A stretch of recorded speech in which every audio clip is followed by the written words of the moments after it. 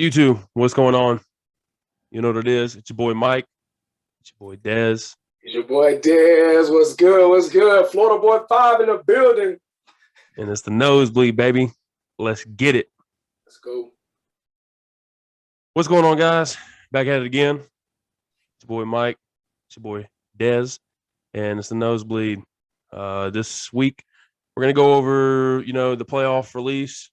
Had a few things shuffle around. Nothing really in the top 7, but we're still going to go over it.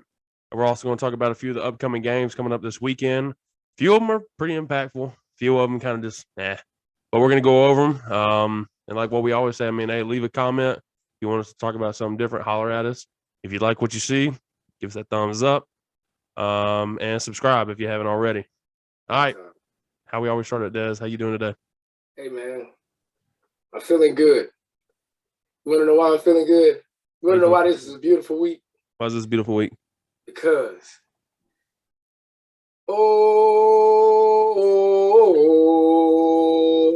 let's go. Let's get it. We back, baby. We back. We back. Now, hey, I'm beautiful. That's all I got to say, man. How you feeling? How you feeling? I feel great. I'm not gonna, down your mood. I'm proud of y'all. Let's see what y'all got coming down the road. My team, best offense we'd see all year, only 7 points. But we'll leave it there. I'm not gonna say much more. We just handle business. Whatever. I'm not even I don't want to talk about Georgia with you because we on the same side. Look at our record. They're gonna win. They're gonna win the Natty. We get it. All right. I'll let you have your moment, but it's a matter of time before Georgia does what Georgia does. We sitting there with a big AP on that wrist real quick. I don't see anything coming our way. All right, so let's go over this. I guess we can go over top 10 of the playoff new ranking that they dropped. Like we said earlier, nothing within the top 7 changed. But with Oklahoma laying an egg that they did out there in Waco, and Bears wasn't playing with them. They dropped them back a little bit. If I'm not mistaken, last week, somebody on this podcast called the Nose Bleeds. This is actually a pretty good podcast, but somebody on that podcast said something about it. Said something about that Oklahoma game. I don't know who. Maybe we'd have to go back and watch it. Maybe we don't know. But hey, it happened. It'll finally happened, man. And the fact that they're going back and forth between the quarterbacks during the game, man, like Florida State, we do that a lot between Jordan Travis and McKenzie. We did that back when we had James Black, man.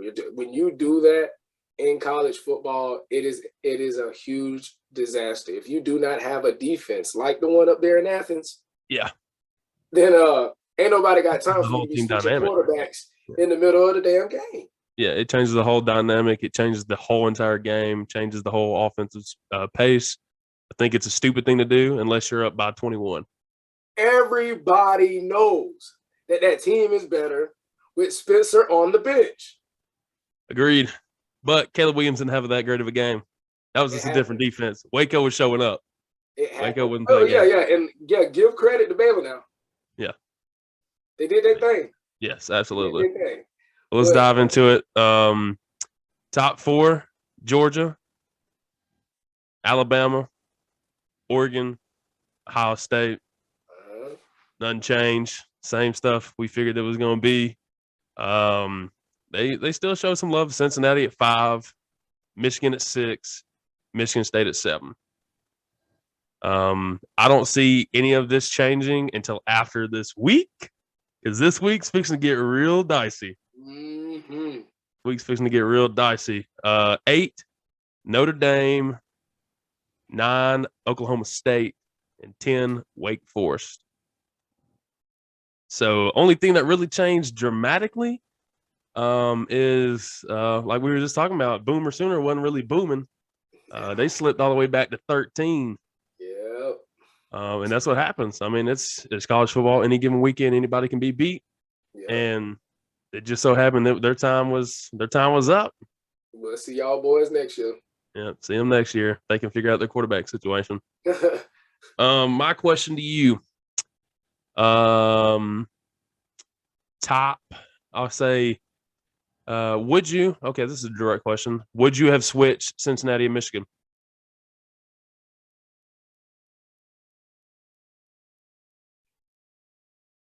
Hell yeah. Okay. Because of that head-to-head win against, or no, actually, no, they didn't get the head-to-head win against Michigan State. Cincinnati switched Cincinnati with Michigan to Yeah, where Michigan would be number 5. Yeah.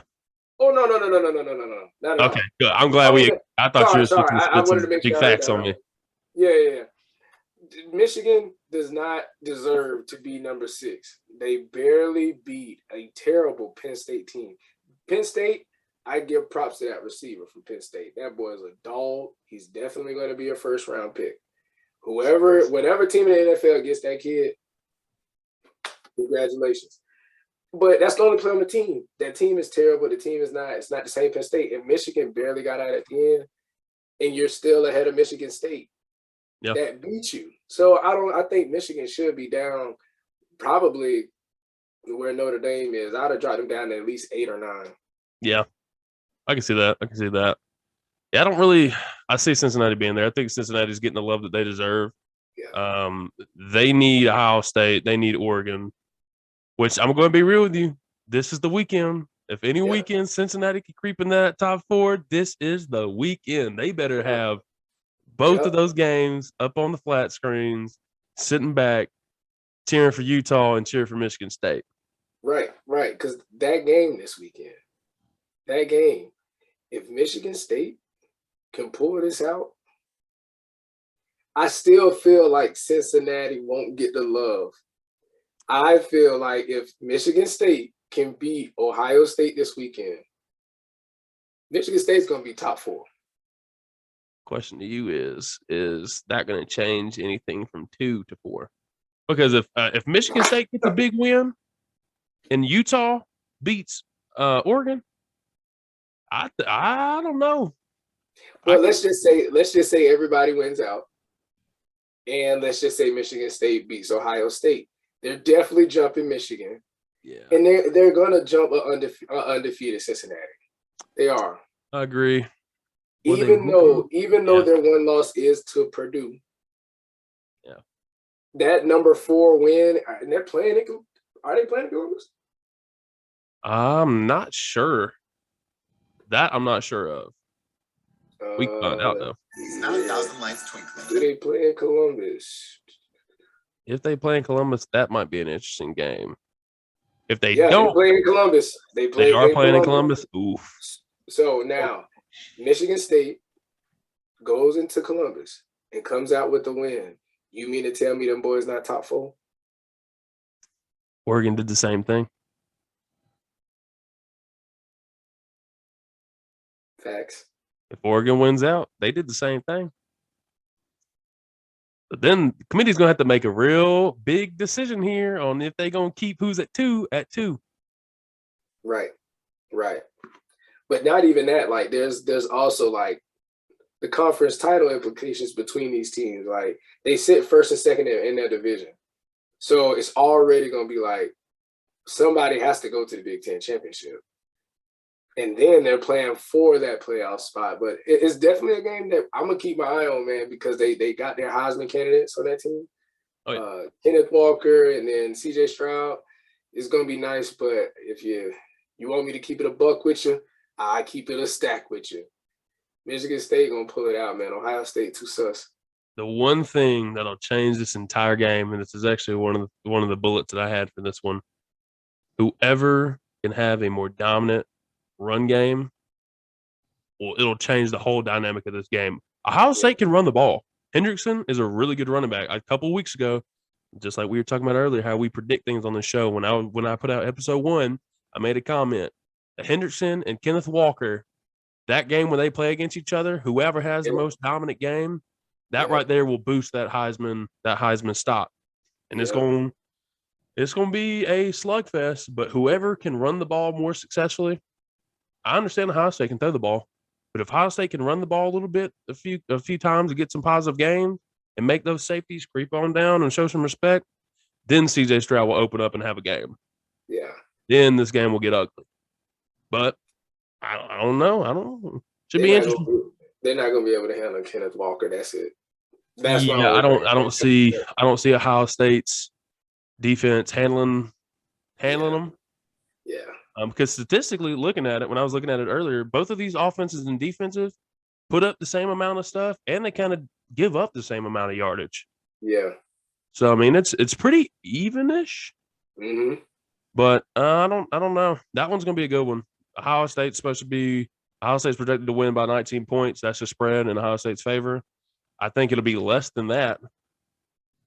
Even though I know Ohio State's a high scoring offense, I think it'll be less than that because this is one of those games where it's going to be determined by like maybe 2 possessions, and you're just going to have to be successful. And I just believe that Michigan State is built like that. Point blank, period. They're built like that. So, SEC guy, another one. Let's talk about this Arkansas and Alabama game. So I think when me and you were talking earlier, I said it the best, and I hate to say this.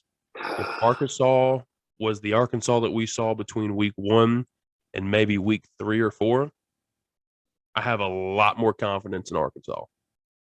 But watching them after, pretty much, I hate to say it, after they played Georgia, that has not been the same team. That is not. They've struggled where they usually didn't struggle. They had, obviously they've had some quarterback banged up problems. The running backs have kind of been banged up. They haven't had a really solid offense. That defense has disappeared ever since Texas A&M game. As much as I'd like to see Arkansas win it and thicken the plot of what is the SEC West right now, because it is like a 5-way tie right now. Yep. I'd love to see it. Do I see it happening? No. Alabama's not going to drop one to Arkansas. I mean, no one projected Texas A&M to beat Alabama. I'm cool with that. That's just one of those games that you just can't really put a pin on. I just don't see with Arkansas and how they're doing right now. I don't see them winning. Could it happen? It's college football. That's why we watch. That's why we're talking about it. Yeah. But I think Alabama wins. Did they cover the 20? Did they cover the 20 points? I don't know. No. Arkansas is going to do their best to try to get Bryce Young uncomfortable. When you look at Bryce Young, man, you give that kid so much time. It's just ridiculous, man. That the receivers are way too fast, and you can't keep up with them. Nope. So you can't give Bryce Young all of that time. I'm telling you right now, Arkansas is going to try to find different ways to try to make sure that Trey Williams, that inside the interior lineman, man, huge. That's the guy that a lot of people, people don't look at the defensive lineman. But I'm telling you right now, Trey Williams at Arkansas, he's actually a pretty good interior lineman. They got to find ways to try to get him to get that pocket compressed, get that kid to roll out pressure on Bryce Young into the game. Try to make him feel a little bit uncomfortable. They figure that out. Arkansas can make this a hell of a game. Yeah, they can. All right, let's go to a game that me and you were talking about just last week, and I think we both called it. Oregon versus Utah. What you thinking? I think that this might actually be like the Pac-12 championship. Actually, yeah. I don't see anybody else really. I don't even think it's close. So no matter who loses this game, I honestly feel like we're going to see this matchup again. They actually are playing in Utah, so Oregon might actually have a tough time down there. You know what I'm saying? Utah is coming out for winning. I think like they only lost one game in like 2 months, something like that. So, and they've been winning pretty big. They've been averaging, they've been winning them by almost like 20 points a game. So, I mean, this is going to be a lot closer than a lot of people think when you look at number 3 versus number 23. Yep. So, I agree. I think Utah has went through so much this year, and they're still right there on the cusp of actually being a solid team. No, they're not a top 10 team by no means, but they're pretty solid freaking team. And they've went through a lot just with that program. I mean, I think in the past year and a half, they've had like 2 players get shot and killed or just get killed. So emotionally, that team is bought into that program. Yeah. They're in there. They're locked in. I think Utah wins that game. Utah's favored by 3 points. I think Utah wins that game. Yeah. Just because it's is when you're at these time when it comes to this type of the season, where we're right here with like what 2 weeks left, you've got your clear individuals who are contenders, and then you got your people that are just plotting and scheming on screwing your season up. And Yep. Utah is sitting there like, well, you know, we know we can't make it to the top 10, but watch what we'll do right here. We'll go ahead and shuffle that top 4 round real quick. Yeah. But I got to, and we've got to show love to the best player coming out of the Pac-12, though. Kayvon, we love you, bro. We love you. You's a dog. Kayvon Thibodeau is a monster. So look here, we might not be picking your team, but we fucks with you, my boy. I do. I rock with him. I think he's good. He's up there in the finalists for an award between him, Anderson out of Alabama, and then my boy, you know, Big Jordan Davis up there for finalists. Man, there's always going to be some type of Georgia. You're always going to drop Georgia in there somewhere, huh? Well, we were talking about a good player, so I thought might as well bring up, you know, probably even maybe better. Oh, man, this guy is. All right, then let's move on to the next one. I got one more for you, though. One that I really feel like a lot of people aren't going to talk about is that SMU versus Cincinnati game. This has to be a statement game for Cincinnati. It has to be.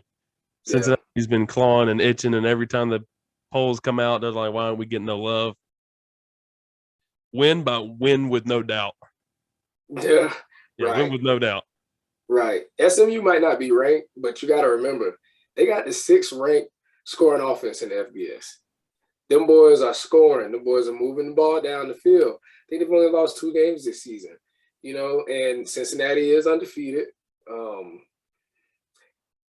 And I don't want to see them lose. Everybody loves the underdog. You don't want to see them lose, but just the fact that they have that 6th ranked offense down there at SMU, just because they ain't ranked don't mean nothing. The only time that a team out of the AAC comes out and is actually ranked, they have to be undefeated. Them boys only lost 2 games. Sure. And to have the number 6 offense in the FBS, man. That shows you something. So I'm looking for Cincinnati. They're going to have to leave it all on the line. They're going to have to leave it all on the line. And I'm telling you, it is a perfect storm for tragedy because not only are these boys number 5 and you got a number 7 versus number 4 where somebody has to lose, and it'll only make you look better if you win. But not only that, them boys from SMU are playing at Cincinnati. They going up there, and just teams that already be out of it is just something about playing in an opponent stadium that's the ranked teams against unranked. We see it every year. Yep.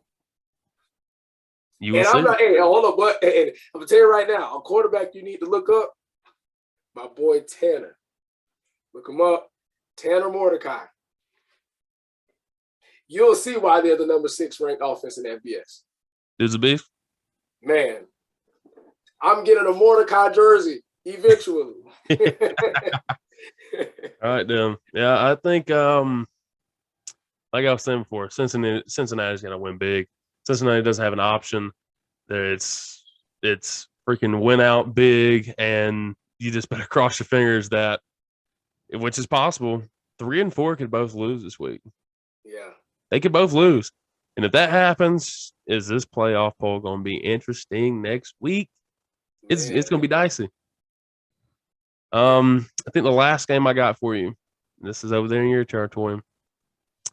I'm gonna tell you, and then I'll have a question once we kind of get down into it. Wake Forest versus Clemson. ACC, baby, ACC. What's your question, though? I got you.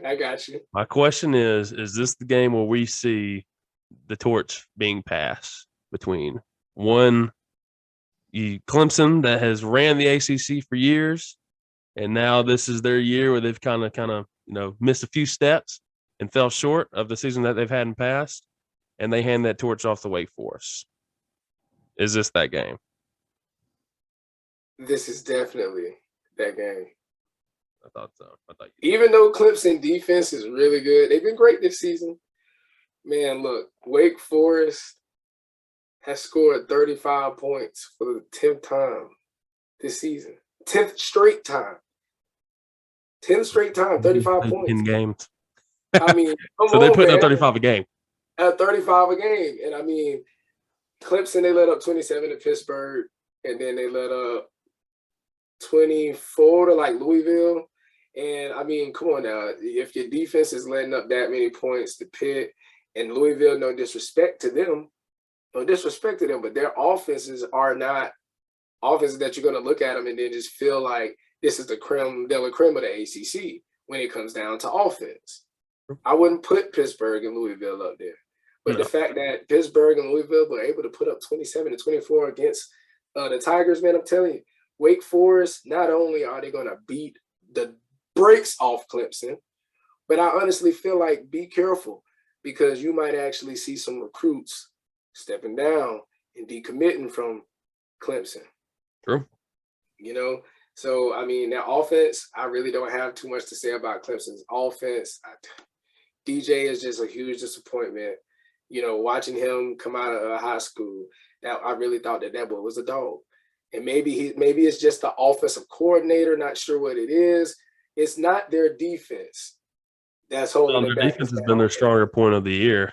Yeah. Another thing, and I talked to some Clemson fans from back home, and of course, like as the season progressed, you could kind of see their whole entire fan base being like, "Okay, this isn't normal for us. What's going on here?" Right. And my biggest response to them was, "Look who you had before them.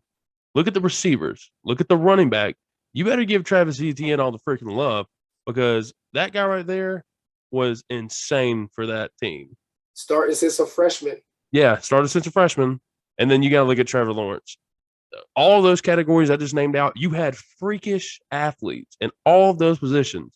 And then you expect that just because DJ's got some stars behind him and just because you've got one receiver that got hurt that was coming back, we all know how injuries pop back up.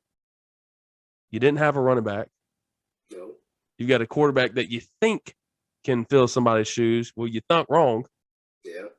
So I think Clemson should have just been a little bit more accepting to know that this wasn't going to be that year. You got way too many freaking shoes to fill, and you just need to give us some time. Maybe like you were just saying, that offensive coordinator just hasn't figured out the scheme that's right for DJ. Yep. But, I mean, even since the first game of the year, I sat there and watched the Georgia-Clemson game, and I was just like, they said that this team was supposed to be raw on offense. Yeah. And really, they weren't. But I think this is definitely that game where Wake Forest kind of, okay, give us the crown. We'll start running this over here. You just kind of be that middle of the pack team. And then hopefully, you know, through these next maybe 2 to 3 years, another team will do the same. Now a 10-1 Wake Forest with a win at Clemson. In an ACC championship?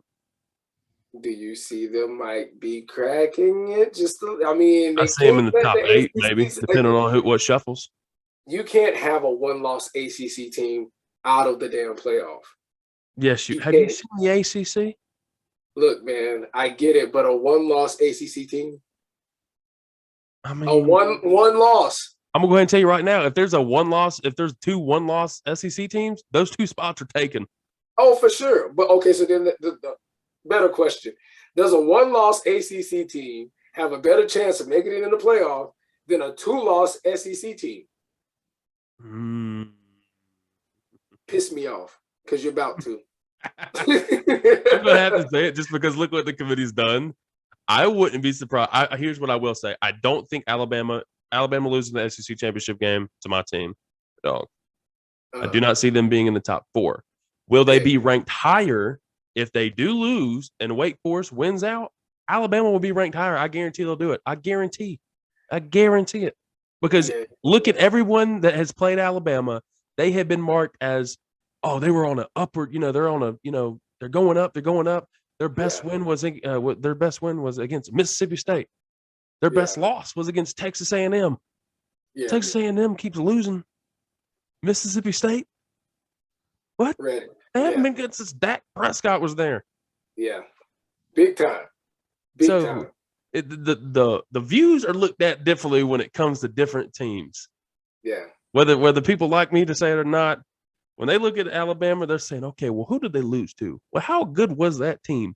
Yeah. Evidently, Texas A&M is a damn good team, because they've been keeping them up Kept there. them there. Man, that really surprised me. That surprised me.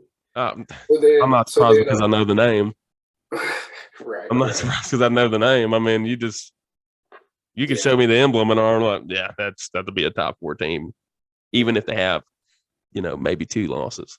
Yeah. I'm But definitely taking that.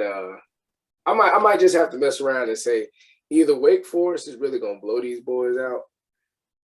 But if it does have to be a close game, because Clemson defense will try to keep it as close as possible, I'm still giving the game to Wake Forest 38-24. okay. All right. Well, since we're doing predictions, I will give you give me one game and give me the score prediction, and I'll do the same. All right, I got you, bud. Let's go with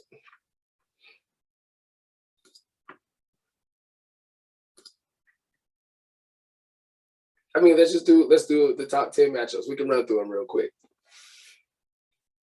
Georgia, Charleston Southern. I wasn't even gonna bring that game up. It wasn't even on my list. What's the odds? Nowhere near it. The odds are 99.9% Georgia to win. 1 for Charleston Southern. Okay, so then go ahead. Tell me how many y'all putting up. I think this is like a. I'll give them. I say we get like 47 nothing. Okay, got you. All right, let's go with Michigan State, Ohio State. I am going 32-27 Michigan State.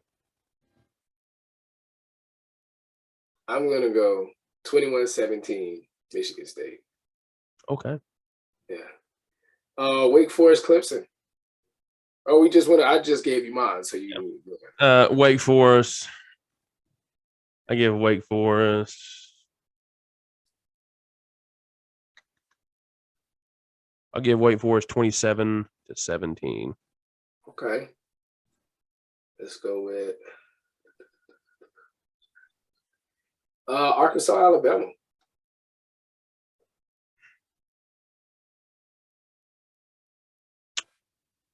It's one of them ugly scores again. 42-17 Alabama.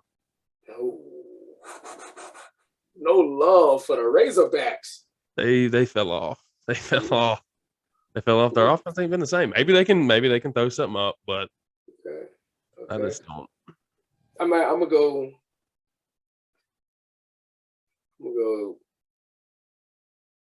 31-28 Arkansas. Okay.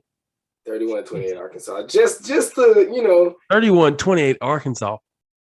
Okay. Dang. You just want to see some craziness happen next week. I do. I love the drama. I love all the smoke. You know what I'm saying? So Arkansas might, let's see what's going on with that. All right. So SMU, Cincy.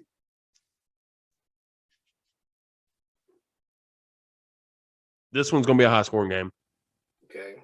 This one's going to be a high-scoring game. I got this one 37-31 Cincy. I'm gonna go higher than that, man. I think this game might actually this game has the potential to really go into overtime and actually play a little bit of extra. If SMU come out there and really do what I think they're gonna do. But I'm gonna go with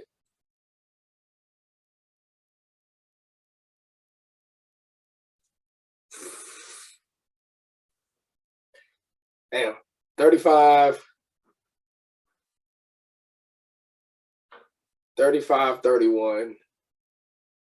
And you know what? I'll jump on the wagon. I'm gonna do it just for now. I want to see them boys make it. I'm gonna go with Cincy. Okay. But Tanner Mordecai still my boy. Showing love. All right, Michigan, Maryland. I didn't even see the point spread for that one. Point spread for that one is going to be 15 for Michigan? Yeah. I'll go. Play Penn State like crap. I'll go 27-17, Michigan State or Michigan. Okay, I like that. That's what I was already thinking. I like that. And then last one. Let's go with Oregon, Utah. We already know who we picking. What's the score?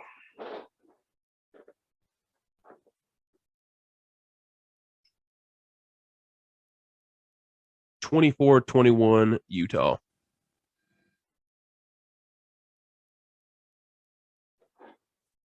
27-24 Utah. Yes, sir. Yes, sir. Only way is up. Yeah, just like that. Yeah, I think that was pretty accurate. I mean, this week is actually a good week because I like how it's kind of. I've heard it in other things that I've listened to. It's like, oh, this is a down week, and it turns out not to be a down week. Right. Did my computer just freeze up? What is going on here? Technical difficulties going on here on my end? What we got going on? Hold up. We can still see you. You can still see me? Get with my screen. I can still see the screen went out though. But like we keep hearing, oh, it's a down week. It's a down week. I don't think so. I feel like every week is got some type of depth to it. And I just don't see this week of all weeks definitely isn't going to be a down week. There's no way that with the teams that are playing each other, I don't see it being a down week at all. And a lot of these teams, this is time to turn the fap. Yep. These teams are sitting on the bubble. They have to have things shake above them. Yeah. Cincinnati being that team right now. Cincinnati has no other option. So I think this week is great because the CFP the committee has been just getting screamed at. They're treating them like Tennessee fans versus Ole Miss. They're throwing things at them, throwing disses on social media. So this is finally where the committee can sit back and say, okay, we set it out this way, but look what is in front of you. Look at the slate that's in front of you. Look at all the stuff that's going to change. Yeah. I think it'll be a great weekend. I think all these games are going to be really good. I'm going to sit down, watch all these games, or at least try to, and just see how it all unfolds. Obviously, I'm never going to miss a Georgia game, so I'll watch that manslaughter probably till like third quarter, and then I'll pass it. But I'm definitely going to be watching those top 5 games that we went over. Definitely have to watch those. For sure. Before we wrap it up, Boston College, you're on the hot seat. We on the way, baby. Ohio State, you on the hot seat as well, baby. Let's get it. Oh, we got 2 hot seats. 2 hot seats. All right, guys, that's going to be it for us tonight. Like we said before, drop a like, subscribe to the channel, leave comments. If you want to hear us talk about any other sports or any other things, let us know. We're more than willing to talk about it. We're willing to do our research and get after it. Other than that, that's it for the Nosebleed. See you next time.